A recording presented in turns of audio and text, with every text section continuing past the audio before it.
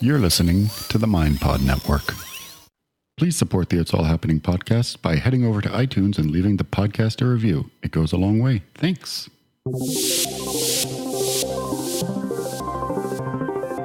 all happening. It's all happening. It's all happening. It's all happening. It's all happening. It's all happening.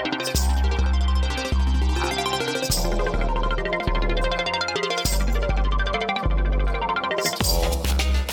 happening. It's all happening. It's all happening. It's all happening. It's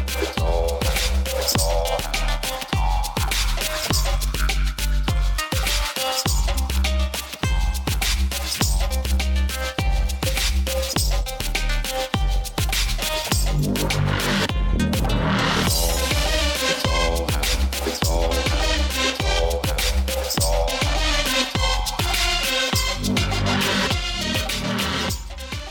And welcome to the podcast. It's all happening with Zach Larry. This is episode 101. Thank you all for being here. I really appreciate it.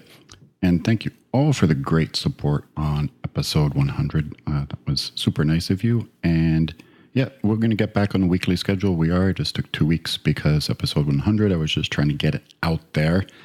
But we will go back to the regular Friday schedule as it has been going on for a little while now. Well, 101 episodes to be exact, right? So, and thank you all so much for the support. I really appreciate it. It's been great getting to know some of you through this podcast. Who knew? Who knew I'd actually make friends through this thing? So this week on the podcast, we have a journalist. His name is Gary Baum. And he is a great journalist at The Hollywood Reporter. And he has written this piece, which has now become somewhat kind of legendary very, very quickly, read by probably millions, entitled The Mystery of LA Billboard Diva Angelyne's Real Identity is Finally Solved. So if you live in Los Angeles, you know who Angelyne is. But if you do not live in Los Angeles, you may not know who Angelyne is. And that is why this introduction is necessary. So Angelyne, what do you think about Gary's story in The Reporter? How do you feel about this? Well, I know Gary was just biting at the whatever to get the story, but a lot of inaccuracies are in there. And when I became famous, a lot of people just want to be part of it, so they'll say anything. And people do that. So regardless of that, I am famous. I am Angelyne. I have inspired everybody in the city. A rose by any other name is a rose. And I was born with mystique. And I still have it, and I always have. And I'm proud of whatever happened to me in the past, whether those details are true or not. It doesn't matter because I am who I am. And that should be a lesson to everyone. So that was Angelyne going on local Los Angeles talk radio and KABC with Larry Mantle, rebuking and responding to this piece that Gary Baum wrote in The Hollywood Reporter. And if you read the piece in The Hollywood Reporter, there really is there's no doubt about the findings that were revealed and the place where they ended up after Gary published his piece, met with the genealogist, did his own due diligence, drove all around Southern California talking to different people, talking on the phone to her ex-wife from the 60s and what little family she still had, and really just connecting all the dots. And also important to note that Gary did a piece on Angelyne a couple years prior. So he already had a relationship with her. He spent time with her. And when you spend time with her, basically her office is driving around in the pink Corvette. So more importantly, if you're not from Los Angeles and you don't know who she is, I swear this piece, it doesn't matter. It is a fascinating, mind-blowing tale of reinvention, of identity, of the modern world, and the relationship that you can have with media that allows you to be anything this time around, and creating an identity for yourself that is entirely different than the identity you were born with. And it's also a tale of, of how fame and iconography works in today's world. Angelyne is a predecessor to Kim Kardashian and Paris Hilton and the whole idea of being famous for actually nothing at all. But she did it, way before the internet and way before you had all of these different media outlets where you could really hone your image. And her whole thing was just putting billboards around Los Angeles of herself and her very caricature, cartoon-looking image, and driving around Los Angeles in her pink Corvette, which she still does to this day. So she's been doing it for going on 40 years now. And it is fascinating. And if you are at all from Southern California or Los Angeles, you know who she is. She's just part of the framework. She's part of the fabric. And the whole idea of sort of uncovering her identity is very, very, very compelling, because it digs into the intent of why someone would want to do this in the first place and kind of create all these stories about her that weren't true. And it so happens that the actual truth of her roots are far more interesting than the one she made up. She's the story of Holocaust survivors, was born in Poland, and they fled to America and ended up in the San Fernando Valley. And she grew up in the 60s as an American teenager, daughter of Holocaust survivors, and her mom died young, and her father was still, very, traumatized by what happened in the war and all of these things, and how she just all of a sudden decided one day to draw a line in the sand and become Angelyne. It's fascinating. So Gary Baum wrote this piece, and of course I'll put the link to read it in the post on the website and iTunes as well. I highly recommend that you you check it out and just get into it. It is just a wonderful rabbit hole that I really, and being an Angelino myself, it was absolutely necessary. And Gary was gracious enough to give me his time to do the podcast. So here you go, Gary Baum from The Hollywood Reporter. Enjoy.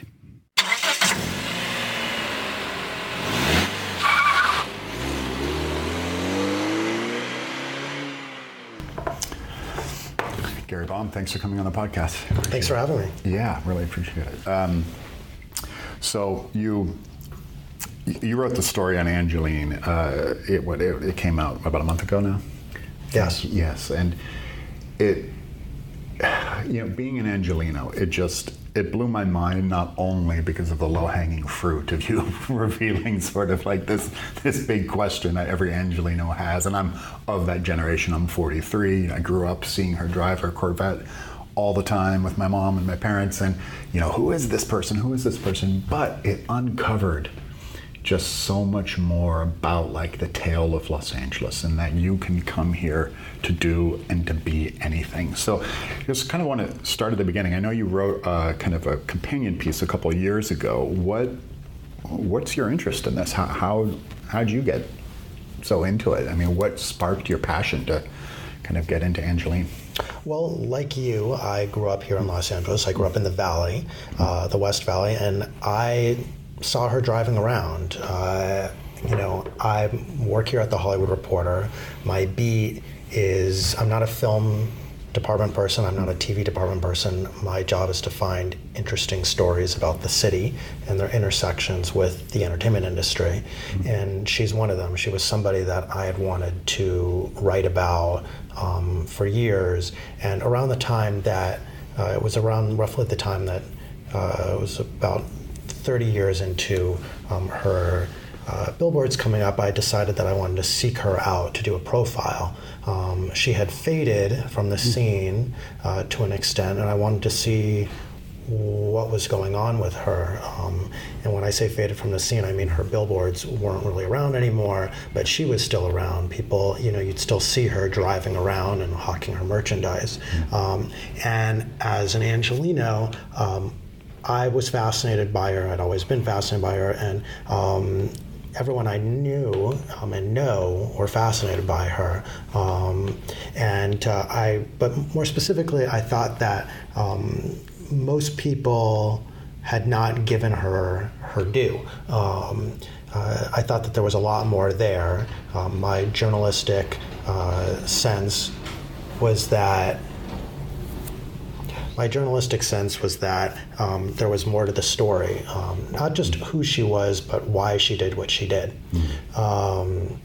That she, that there was just, that she's sort of a synecdoche of Los Angeles, right? That there was probably something darker there, something more complicated, that just as Los Angeles is more complex and mysterious than is often given credit, that there had to be something more going on there. I mean, you have this, she's this sort of mythological creature of Los Angeles, this person that goes around, drives around in this pink car every day for this sort of unknown reason, and had been doing it for years, and there just seemed something strange about it. And to the extent that people had discussed her, they had discussed her as a joke, and I just didn't think it was a joke. And so I wanted to get to the bottom of that. So she, until your piece, she had always sort of kind of the urban legend was she concocted this story about being some transplant, there was kind of the rumor about her being from Idaho or something, and and it all being a little bit fuzzy, and the ends were all really loose. And so why do you think she chose that story rather than just saying, she was from here, from Holocaust survivors, and just, you could still hide your identity either way. Like, what was it about the transplant thing that was so appealing to her, and just completely just making the whole thing up and lying about it? And what do you think that was about? I think that the character that she created as Angelyne was the archetypal story of being an Angelino, of being a female Angelino. It was the mythological creature of Los Angeles. The blonde hair, the big breasts, the pink, the car, the coming here from someplace else. It was like an updated Steinbeck narrative. It was very specific. She came from somewhere else in the country to make it here. And that was the narrative. She was an undefined American that came, that Joan Didion line, she came to the edge of the continent because that was the edge. That was things had better work here. Just to reinvent yourself. You can be anything, kind of thing. Right. And so to me, it was obvious in that it was also, it just felt so American. It was quintessentially American. Yeah, it really is. It is quintessentially American, but there's an awareness, though, if you're doing that, I think you have some sort of perception of how to do it. Like, I'm going to go to Hollywood and, say, pick D.W. Griffith or Cecil B. DeMille when they came here, and, when this was farmlands, and it was because it was this wide open land where they could build anything and do anything, and they had this sense that, we can make movies, we can create make-believe, and sort of this kind of canny sense of media. Did Angelyne, do you think, does she have some sort of did she have a game plan? Did she understand how media worked, and I'm going to put these billboards, I'm going to create this iconography, and was it really specific like that, you think? I thought that it was very specific and planned when I set out to meet her. I thought that she was going to be this master manipulator.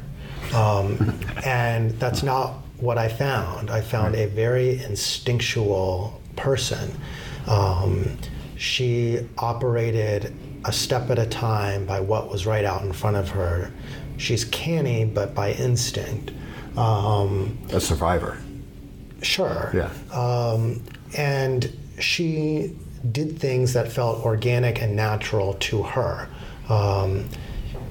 She had a pink car because it felt right to her.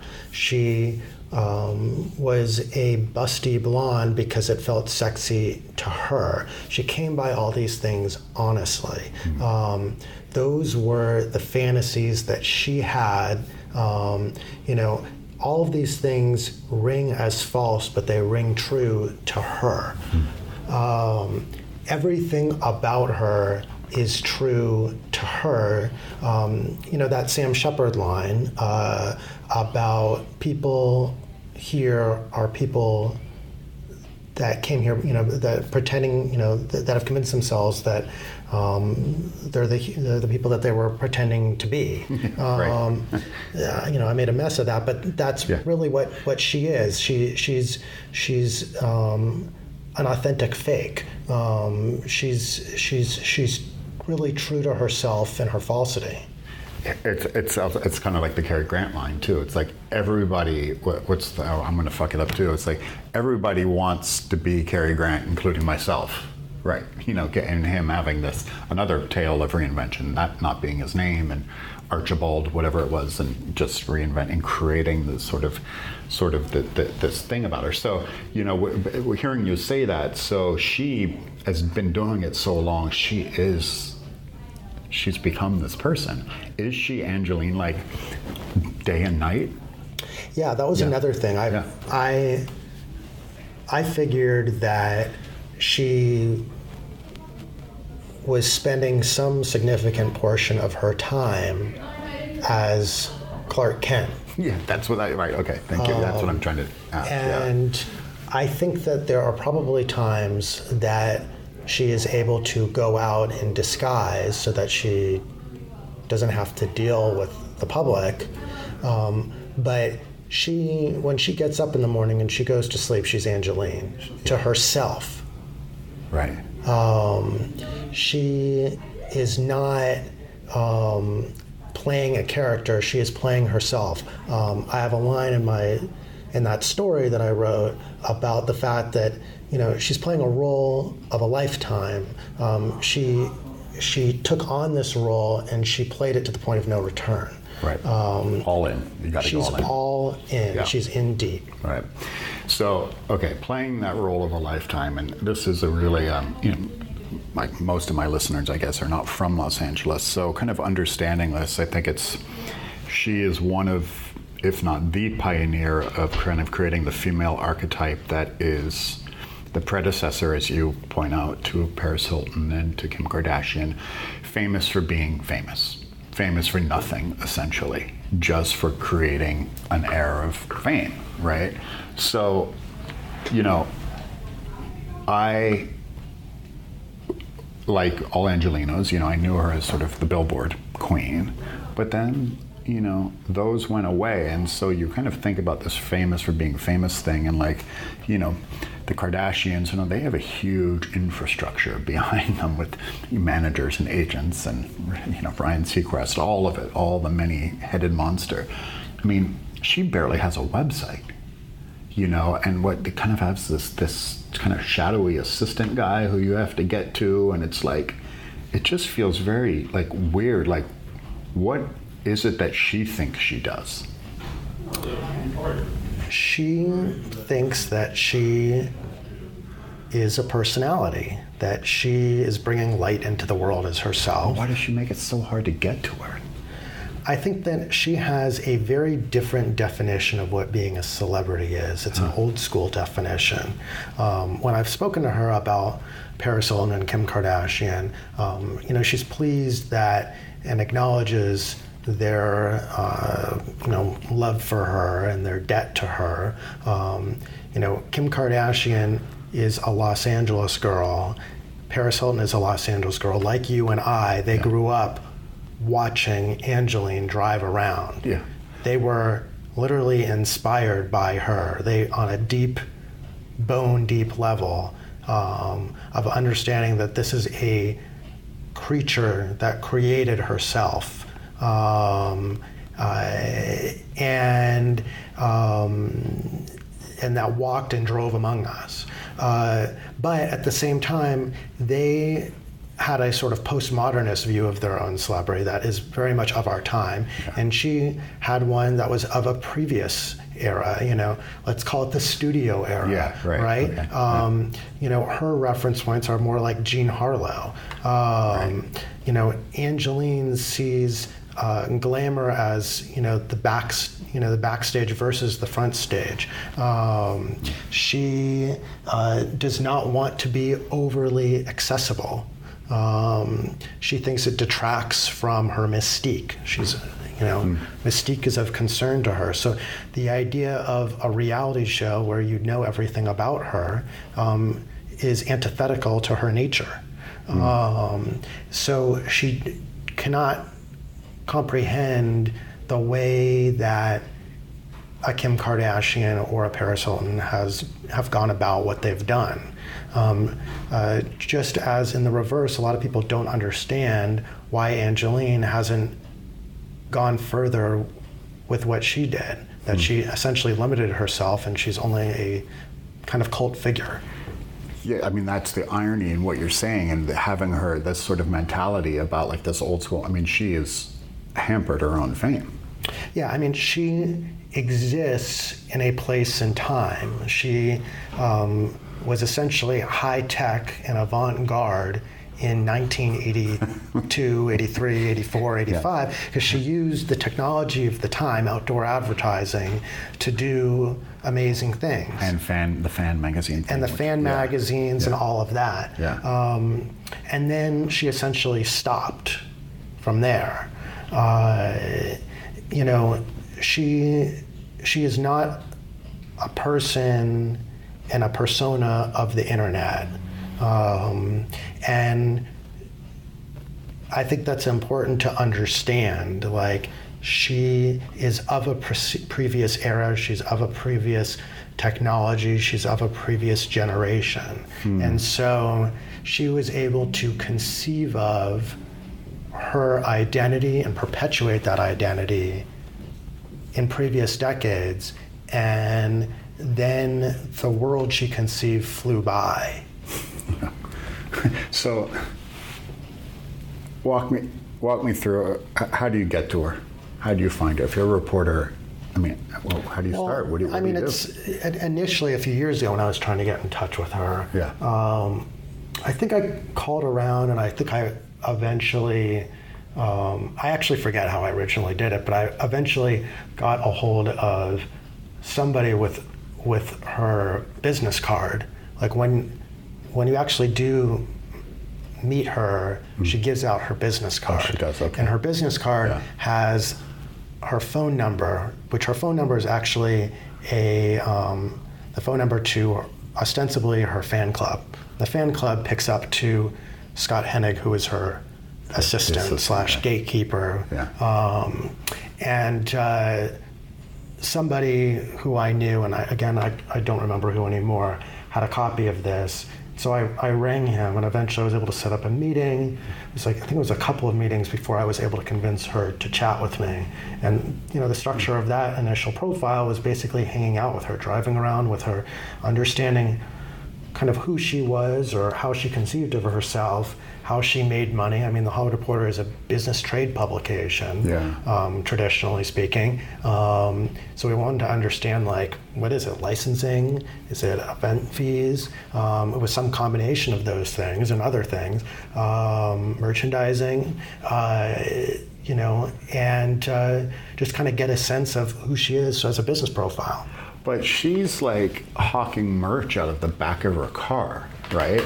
Like, and you wrote about that scene, what is it, Musso and Frank's? You guys are eating there, and somebody comes up to her, and before they know it, they were out $300. She just has this machine that she can just turn on if somebody's enamored by her, and it's just like, boom, that's how I do it, And there's something almost kind of charming about it, because like, if I went up to Kim Kardashian, there's no way she's going to kind of engage with me in that way and sell me anything or barely give me the time of day.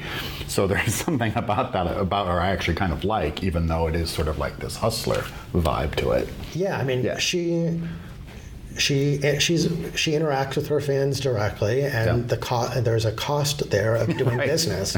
But that's how she operates. That's how she makes money. Yeah. She doesn't go up to people, but if people go up to her, she turns it into a business transaction, and that's part of what I learned when I interacted with her. Yeah.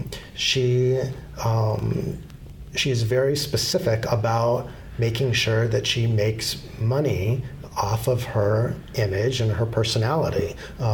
She just does it all on her own. She doesn't have, managers and agents and this whole retinue that has been sort of developed by a bajillion celebrities since then. She keeps it pretty honed down. She does have a couple of attorneys to help her with some licensing stuff, but it's pretty minor compared to, it's really minor compared to what most folks in the entertainment business do, and from my experience. So, she does, there was some inference too. there's intellectual property stuff going on in Europe, and she's there are occasional things like that. Nothing huge or anything. So, you're hanging around, driving around with her in the car, what's the voice like? What is her just conversational tone like? Is it always in character, or is she in and out of it? Like the few clips I've seen of her being interviewed, there's some, but there's really not that many, and some of them are pretty old. She's in character, that squeaky high, breathy voice. She's basically always in character to a shocking degree. There are times when she seems to have her guard down a bit, but the character, let's be clear, is she has this sort of Betty Boop-ish kind of voice. Right, that's what it is. And she's kind of like a cartoon character. And she is sort of argumentative, and she's basically a diva. And so, if you spend all day with her, it's a lot. High maintenance. Yeah, there's a lot, and she's she's definitely not the easiest to interview, because she gives you a lot of pushback to things that you would not think are pushy questions. Yeah. She's tough, but there is, like I said before, there's no Clark Kent there. She's on all the time.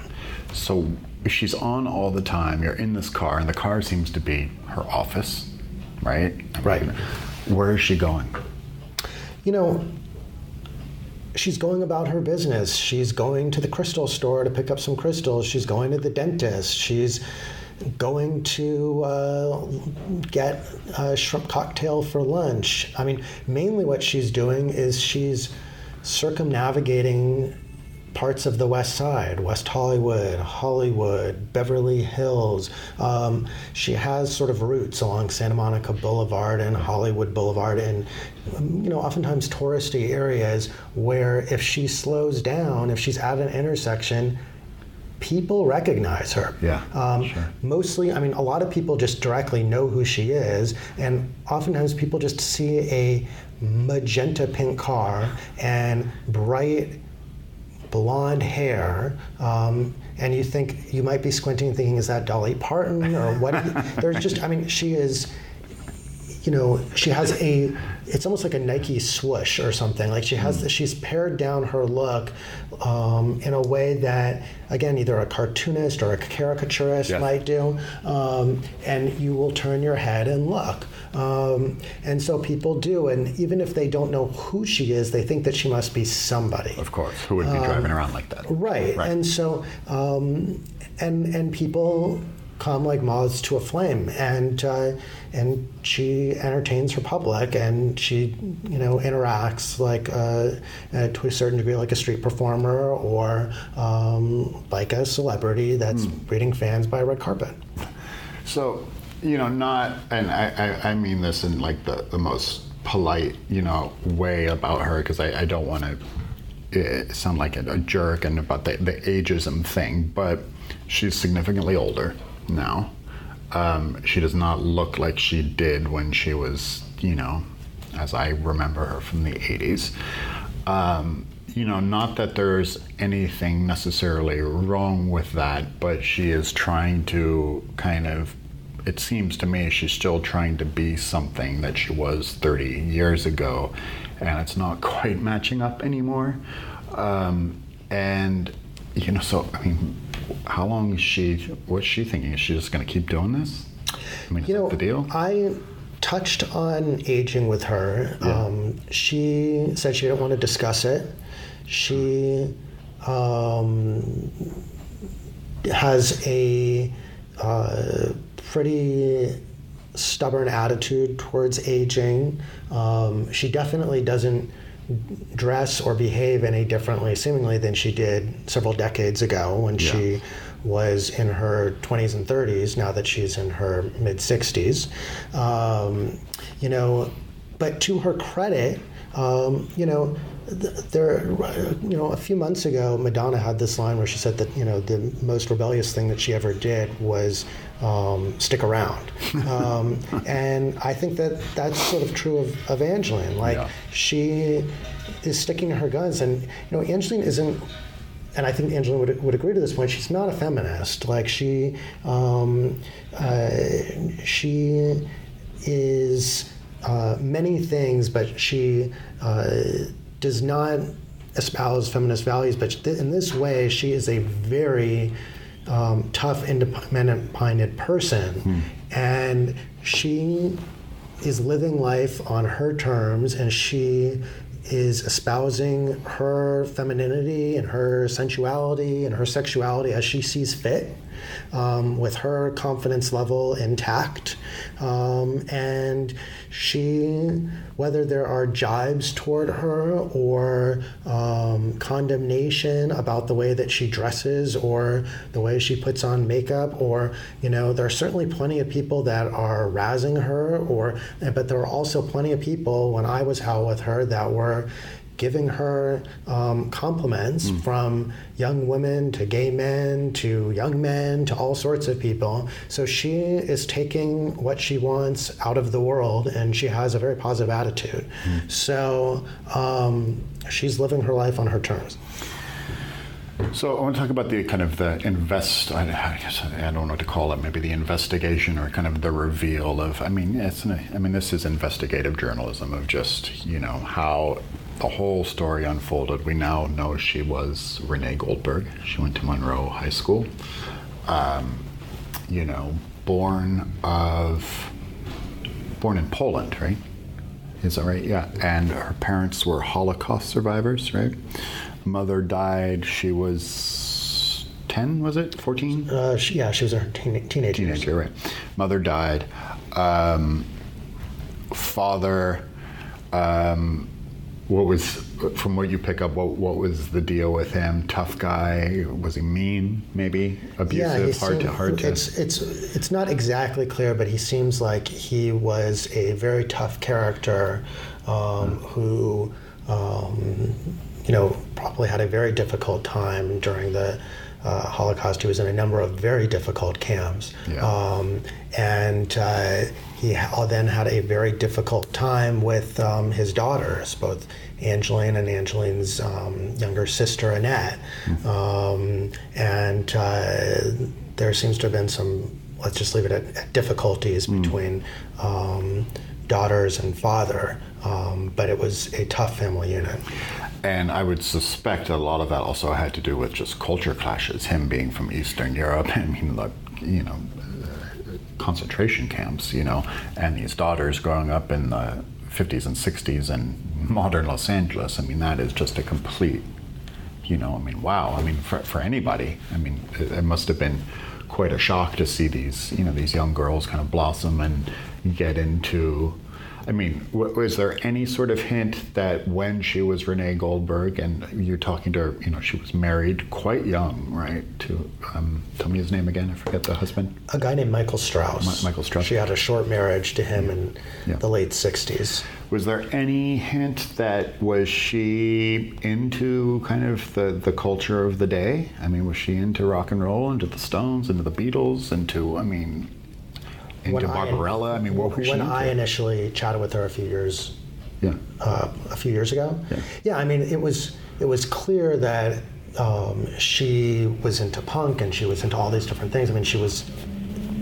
It's known that she was in a band. Part of her mythos is that she was in a band called Baby Blue that was then called Angelyne, Right. and that was sort of kind of how the billboards initially came about. But it was unclear kind of where she came from prior, but that she was into music, and that she was kind of she was sort of emerged fully formed on the Sunset Strip sometime in the early 80s was sort of like the public perception Yeah. at the time.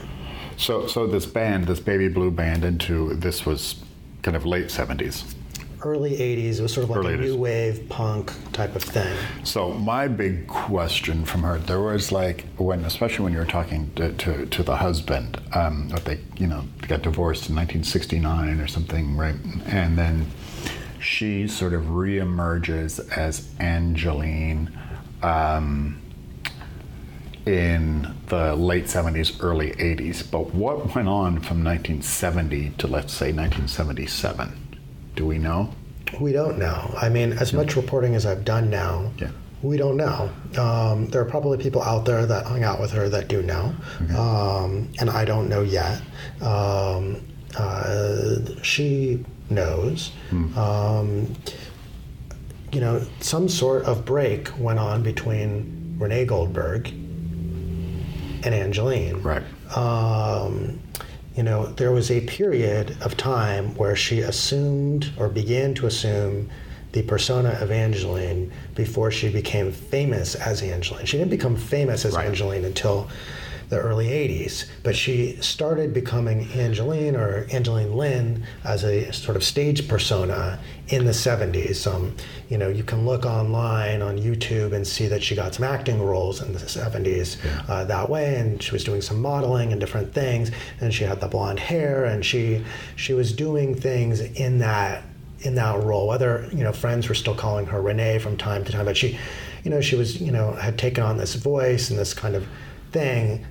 Earlier on, it was sort of a morph. It's just fascinating just to think that, this Renee Goldberg. I mean, my favorite visual element that you produced, and with the help of the genealogist or the husband, actually, of her, that nice shot of the photo of her by the pool. I mean, she was great looking, and seemed to have some kind of cool sense of fashion and just kind of poise to her. So I'm just like, and I guess what's also so fascinating about the story is like what was going through her head just to really make her kind of think, wow, I'm the morph. I could do this morph. Like, what's inspiring me to do this morph? And I mean, what more do you know? Do you know more about like her inspiration behind that? I mean, she told me that in the past that she liked these classic film stars like Jean Harlow.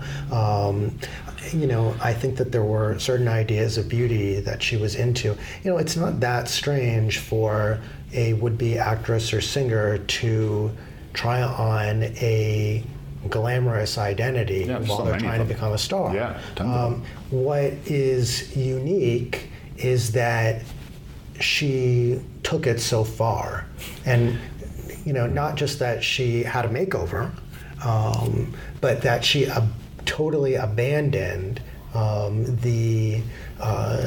Renee Goldberg background, that she would not answer to that name. She wouldn't. She eventually would not respond to family members. She went so far, I subsequently learned, as to basically change legal documentation in such a way to, down to social security numbers and things like that, to get as far away as possible. There are plenty of people who have a stage name. Of course.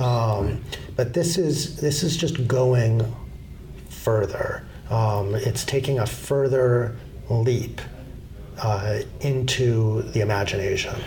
Do you have some idea that maybe she really, like, the idea of Renee Goldberg, it really like makes her sad or something? I mean, I would. Some kind of pain or I think that I think that she had a very tough childhood, in a kind of classic tough childhood way. Like, she had a kind of a grim childhood, and she was she wanted to be free, and so she created a new identity, in kind of that classical American way. And then she went off to Los Angeles proper. She grew up in the Valley and went over to the Hill. Yeah. It's both difficult to explain and also glaringly obvious what she did. She just took it further than most people do. Yeah, she really did. So the family, though, is there connection with Annette? There is. She's still in touch with them in some way. My understanding is that Annette, who is the sister of Angelyne, a few years younger. She's the one who makes the toys. No. So I subsequently learned that the sister, that I had thought that based off of genealogical information that I had, that there was a sister that lived nearby up in Ventura County in Los Angeles, which is sort of an area north of Los Angeles. But it turns out that there was another Annette, and that this Annette, the real Annette, had actually been in touch with Angelyne far longer than any other member of her immediate family, but that they actually also fell out of touch over, I think it was sort of money issues, quite a while ago, I think about 20 to even 30 years ago. But Annette and Angelyne had stayed together the longest. They just butted heads. They were both kind of tough personalities. And that, from what I can tell, the other immediate family members, there's a stepsister, there's nieces, there's, obviously the father, they all knew where she was. They knew that she had become Angelyne. Obviously, Angelyne is at least locally famous person, to a certain degree, world famous person. They knew where she was. They'd probably seen her driving around too, like most Angelinos. Yeah. But it was clear to them that she needed her space. Yeah, but there was one thing, this official name change uncovered in the Ventura County documents. I mean, this is recent. Yes. Why'd she wait so long? I don't know why she waited as long as that she did. So this came up during my reporting. That Angelyne filed for a name change in Ventura County, which is near where she currently lives. And I speculate that it might have to do with the fact that she had recently become eligible for Social Security, or there might be sort of Department of Motor Vehicle reasons for it. That it just, there are all sorts of necessities for needing to declare your identity eventually. What's interesting is, yes, that it took so long. Yeah. The thing is that, to kind of go to something else, is that there is, it used to be that you could essentially walk away from your identity in America, because you could go to another town or another county or another state and just start living your life. And if you didn't get in trouble with the law, you could apply for papers. You could start a business. You could send a letter in the mail. You could start establishing an identity. And 30, 50, 70, 100 years ago, it's not like there were central electronic databases. Right. So you could essentially, unless somebody was really trying very hard to probably prosecute a case against you, it was very difficult to prove that you weren't who you were saying you were. Just disappear? You could essentially disappear, or you could reappear as somebody else. It's become far more difficult to do that both in the age of the internet and also in the age of national databases and in a post 9/11 world, because of just the way that information is organized. You can't do that anymore. Right. Today, a Renee Goldberg growing up in the Valley who wants to become a new person isn't afforded that ability. Right. If you're Lana Del Rey and you used to be whatever her name was 2 years ago, people look you up on the internet and they see those old videos. Right. You're not able to do. She got to do this thing that successors will never be able to do. Right. There will never be another Angelyne. Yeah. So she got to exist at a point in American history where this was possible. I mean, it's not a direct kind of comparison, but Banksy, I can't believe Banksy's made it this far.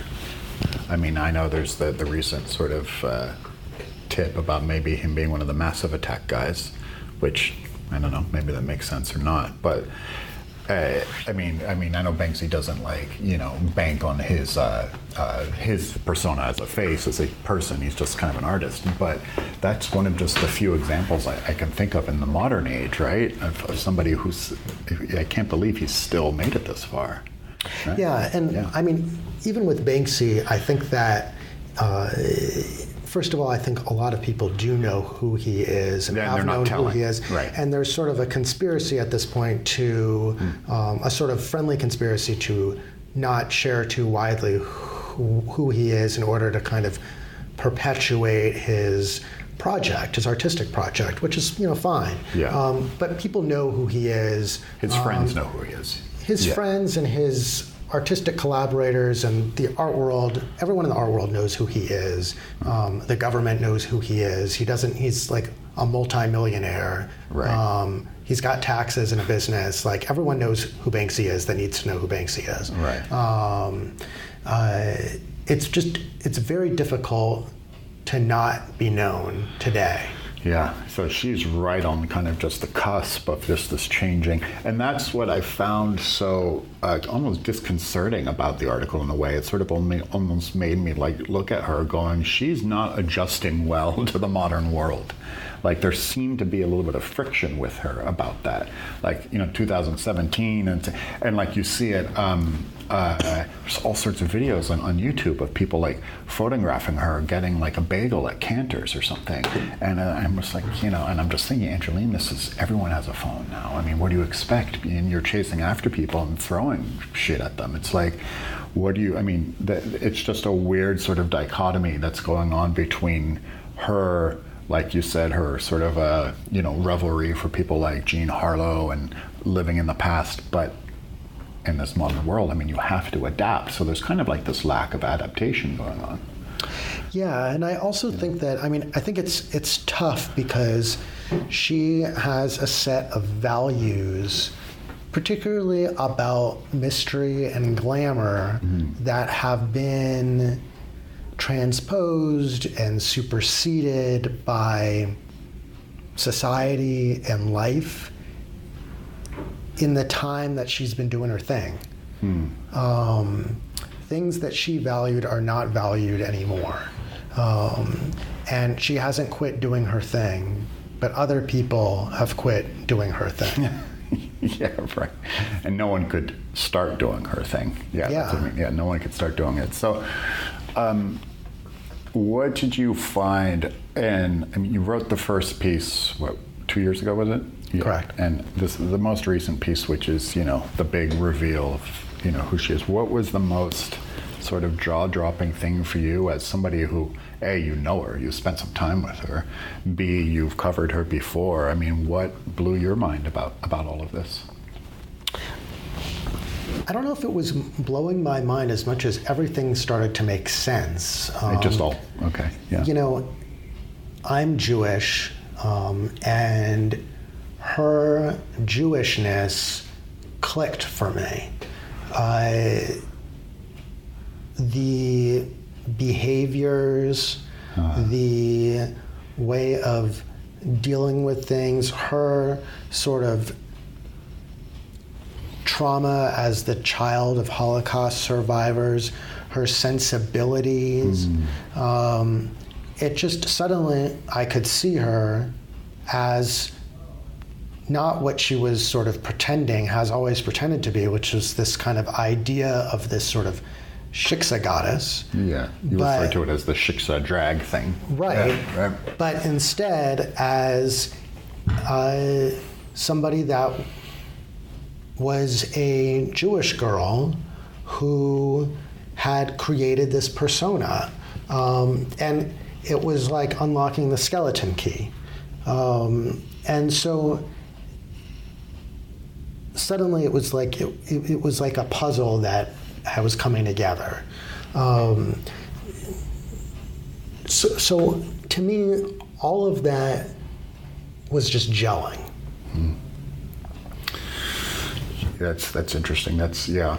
I mean, and hearing you describe it like that and kind of relating to, there's a sort of a generalization about like a tough sort of Jewish, well, like we refer to the Jewish mother thing or something. It just, so like where does that manifest though? It's just sort of like in her, like her shrewdness, her way of communication. I mean, what is it? Like what's the tangible thing about it? It's everything. It's her way of, there's something about her gestalt. There's something about her combativeness. There's something about her hustle. There's something about her questioning of received wisdom. There's something about, there's a particular kind of Jewish anxiety that she unconventionally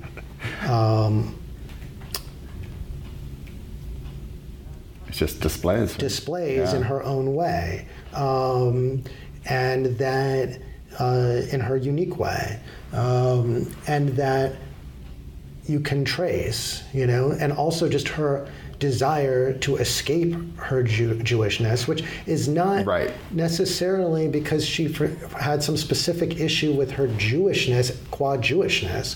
It very well could just be that she had issues with her family and wanted to get away from that, and her family happened to be Jewish. She could have been from a Hindu family. She could have been, from a Seventh-day Adventist family or whatever, and she could have been born blonde hair and blue-eyed, and that decided to perm her hair into tight curls and dyed it black. Like I think that she wanted an escape from her past, because she seems to be she asked you, are you Jewish? Was your editor Jewish? Right? Yeah. She seems to sort of have an uncomfortable relationship with it. Yeah, I think that when she saw me poking and getting close to her truth and her past, she poked back, and she I don't know, it was strange, and it was sort of I don't know, it was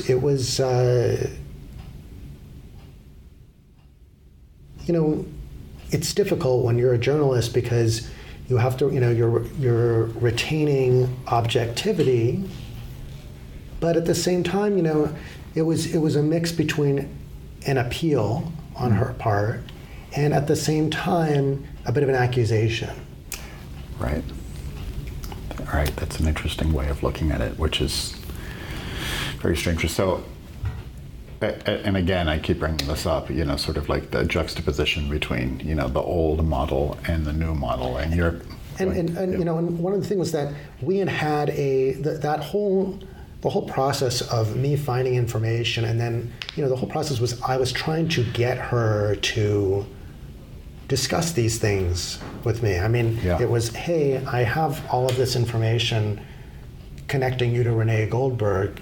Can we talk about it? Talk about it, yeah. And she spent months dodging the information, or to a certain extent, coming up with excuses about the information. And, it put me in sort of a rock and a hard place. And that's a tough place to be in as a journalist, because she spent a lot of time leveraging the fact that she thought that we had a good rapport from our previous interaction. We did. I thought we did have a positive rapport. And you guys had an understanding. That we had. She thought that we had a sort of permanent understanding. Right. And I thought we had a permanent understanding that I would. Keep looking. That I would treat her well as a journalist, and that treating her well as a journalist was coming to her to chat like this. And I think that what her understanding was that I would essentially do her bidding. And that's not specific to Angelyne. I think that many people that you talk to as a journalist don't necessarily, they might think about journalism and potentially think about journalism in high-minded terms and the abstract, but when journalism comes for them, they don't think about it that way at all. Right. Yeah, could be a very strict set of parameters. Yeah, it's like when you're the one that comes to knock, then that's out the window. So where the cat's out of the bag, the story's been published. For at least in my circles, it's been incredibly popular. I've been seen it shared on social media and just all over the place. So where does this leave her? Will she ever talk about it, or is this business as usual? She's just gonna hope it fades away? Do you know? I don't. She, after avoiding me, dodging me for many months about this, the story was picked up widely by other publications. It was all over the internet. I would say millions of people read this story or saw it on the news. And she called up the local NPR station, KPCC, the next day, and there were a couple of anchors on that she chatted with, and she gave them sort of her take, where she kind of danced around how she was sort of quasi-upset on behalf of her fans, and she was upset with sort of the invasion, but it was pretty clear. I don't know if you listened to that. Did you listen to that as well? Okay. I don't know what your take is, but it was also pretty clear that she wasn't that upset, and that she liked the fact that she was getting this attention. Well, but that's what it is. Yeah, and that she also, but what to me was really fascinating was that she was sort of processing this knowledge of Renee Goldberg in real time. She was referring to Renee Goldberg in the third person, and she said, "This is an amazing story about Renee Goldberg, and living up to that would be amazing." And she was kind of dancing right up to Renee Goldberg without fully embracing Renee Goldberg. But she had, it was clear that within the preceding period between having the story come out and being on air, she had heard from many people about the story, and that people had told her that they were proud of what the Renee Goldberg narrative said about her if it were true, and that she should be proud of that. And she was clearly not ready right then and there to embrace the Renee Goldberg narrative. Not quite. Not quite. But almost. Yeah, and right. You could sense an arc that potentially is coming. She said, "Look, what I've always wanted to tell my own story. She's been saying that for years. She's been saying that she's wanted to write her story for years. I mean, the thing is that there was a certain obviously amount of blowback to my story, saying, well, you should let her tell her story. And it's like, look, journalists' job is to uncover truths about newsworthy people as they see them in institutions, and I frankly just don't see having written this story as taking away from her ability to tell her story. In fact, it only deepens and widens and textures her ability and the interest in her telling her story. And adding some accountability to it. Right. Had you not done it, I wouldn't have trusted her to write her own story. Exactly. Yeah. And so we'll see. I think time will tell if she'll engage with this story. I know that she's received quite a bit of interest in her life rights for some sort of adaptation into a film or TV treatment or documentary treatment. So we'll see what happens there. There's a lot more interest in Angelyne than there was prior to Renee Goldberg's origin aspect being attached to it. Yeah, you helped her more than she knows. Well, this is truly one of the great stories, I think, of fame, intrigue, mystique, and certainly Los Angeles. And thanks for coming on. I appreciate it. Thanks for having me. It's been fun talking. Yeah.